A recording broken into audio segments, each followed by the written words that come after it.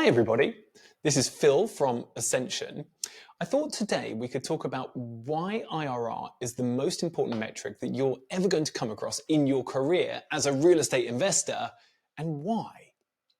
So if you are in the real estate industry and you are doing investment or development, the number one thing that you're going to talk about, and you're going to talk about it 10 times a day, is IRR.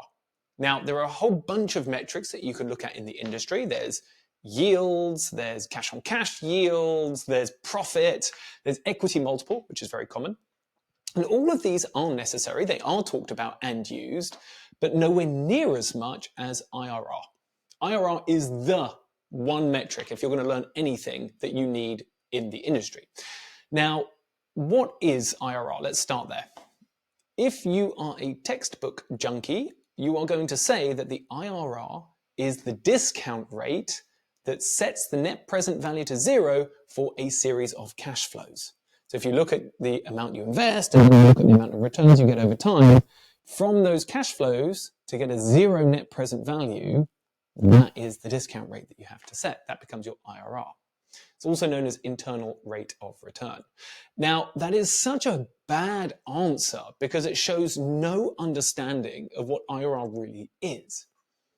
IRR quite simply tells you the annualized growth rate of the capital that you've invested over a business plan. So if you have a 5-year hold, you're going to buy it, do some renovations, get some rent and sell a building. Well, if you look at this whole cash flow, the IRR tells you how much the money that you have invested has grown by.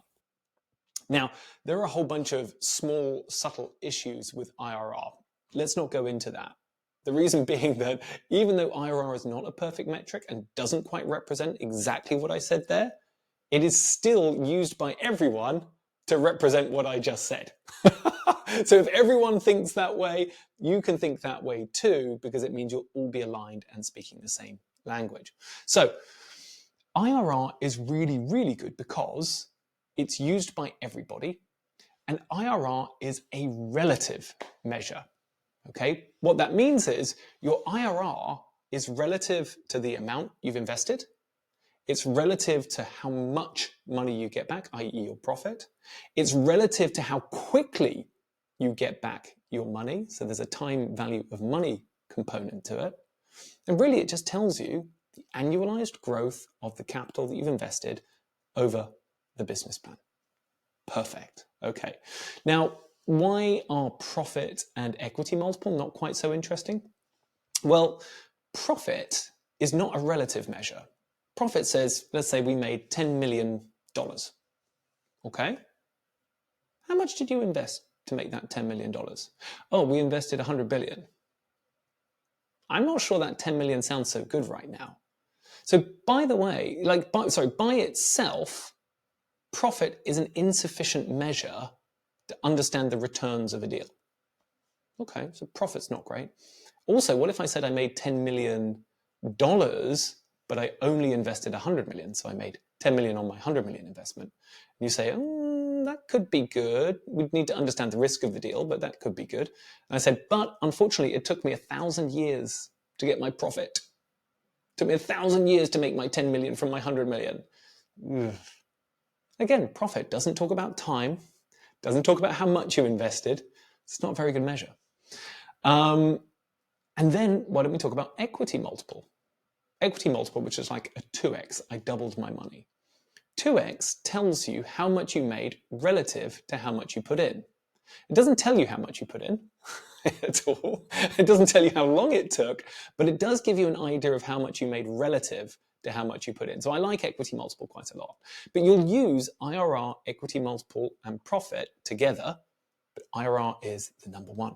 So let's investigate why IRR is number one a bit further. So when you are a big pension fund, everything, by the way, comes down to incentives in life. Let's talk about the incentives. So most of the money that's invested in the world comes through these big investors called pension funds.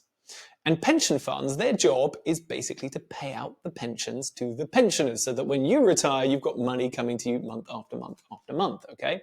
Otherwise, you're not going to eat. So pension funds hold most of the money. They're called institutional investors, or they fall into this category called institutional investors. And if you work at a pension fund, your job is to grow the value of the pension fund. You get all this money that you have to invest. You want it to grow, grow, grow. And what do you do as a pension fund? Well, you don't actually invest it directly into assets, because if you've got trillions of dollars to invest, you're not going to invest it into buildings, right? You actually take lots of money and you invest it into funds, like real estate funds like Blackstone or anything like this. If you're a real estate fund, you don't have the money because you've made the money. You have money because you've raised it from pension funds, usually. So that's where most of the money in the world comes from. It trickles down from these pension funds, into smaller funds, into individuals, into companies, all flows down. Now, at the very top of it, the pension funds have a target growth rate that they need for their pension fund in a year, a target IRR, usually. And so they know that they need to achieve a certain IRR. When they invest money into a real estate private equity fund like Blackstone, they tell Blackstone, listen, Blackstone, we need a 6% IRR on this money. And Blackstone says, all right then, we're going to get you your 6%, we're going to make more than the 6%. And the pension fund says, great, look, as long as you get me a 6% return, a 6% IRR, anything over that, you can keep a lot of. So just make sure I get my 6%, and above that, Blackstone will make you rich. You keep a big chunk of the proceeds, the returns, the profit. So Blackstone then thinks, okay, I've got to get a 6% IRR in this fund. We've got to get over a 6%, because anything over that, we start to make lots of money. So then Blackstone looks for deals that they invest into, because they're the ones investing into the buildings. And they're looking for anything that's going to get them over a 6%, because that's when they're making serious money. That's called a promote, by the way, a promote, or an incentive, a promote. So this is why Blackstone is valuing real estate on an IRR basis, because it needs to achieve over a certain IRR hurdle, because that's the way Blackstone makes money. And the pension fund needs to achieve over a certain IRR hurdle, because that's the way the managers get paid their bonuses. So the whole industry, starting with the biggest fish at the very, very top, all think about IRR. And that's why people talk about IRR when they're buying deals. Now, just bear in mind that because IRR is a relative measure, so it doesn't tell you how much you put in, it doesn't tell you how quickly it gets the money back, or how much you get back. It combines them all into this one number, your internal rate of return. What's great about IRR is that you can compare it between asset classes. You can compare it between deals. I can look at investing into bonds over a 5-year period and work out what my IRR will be from my bonds. I can work out what my IRR is going to be if I'm going to hold equities for 5 years or invest in a real estate deal. It just tells me how much my money grows by over that whole period. So that's why I use IRR, because I can compare it between asset classes, which is why pension funds use it, because they invest in lots of different asset classes.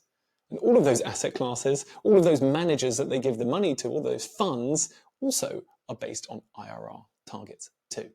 So in industry, you're going to think a lot, talk a lot, and do a lot with IRR. Yeah, you're definitely going to need profit. You're definitely going to need equity multiple. You're definitely going to need yields. Absolutely.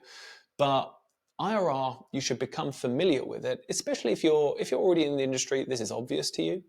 If you are trying to get into the industry, you must become super familiar. And this is why you'll notice in any of our professional CPD courses, if you're doing Capital Markets Accelerator, or you're doing Real Estate Investor or Real Estate Developer, all of the modeling is based on IRR. That's not an accident. That's exactly the way it's done in industry. And so that's what we want to help you learn, is this is the way we do it in industry. This is the way we think. All right. Thanks, everybody.